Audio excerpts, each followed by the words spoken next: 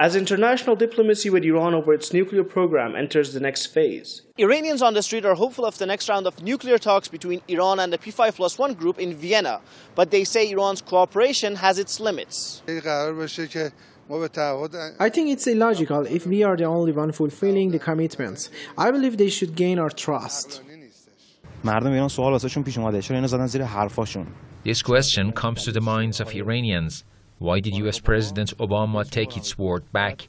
Why? Obama should say why. Iranians will never give up their nuclear rights.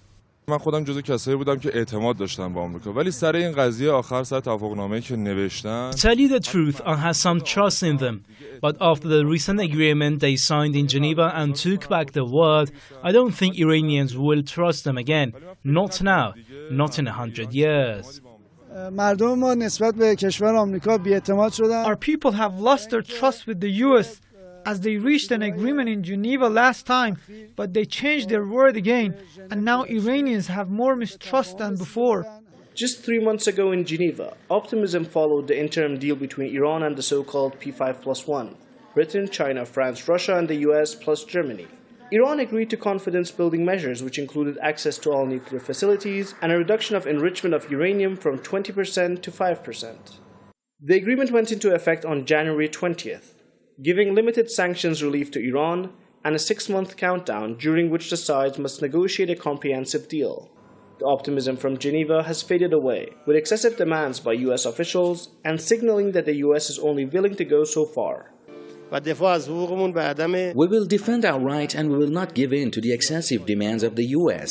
The Americans should know that we will not take a small step back from our rights to peaceful nuclear technology under the framework of the NPT. Iranian officials are optimistic of the talks. However, Iran's parliament speaker said, if they don't follow the means of diplomacy, they will not reach any results. We don't see the negotiations in a negative way. These talks have passed initial stages and are entering the next round now. If they want to solve the nuclear issue through political means, it's possible, as we stated before. But if they bargain like a trader, I doubt the talks will go forward.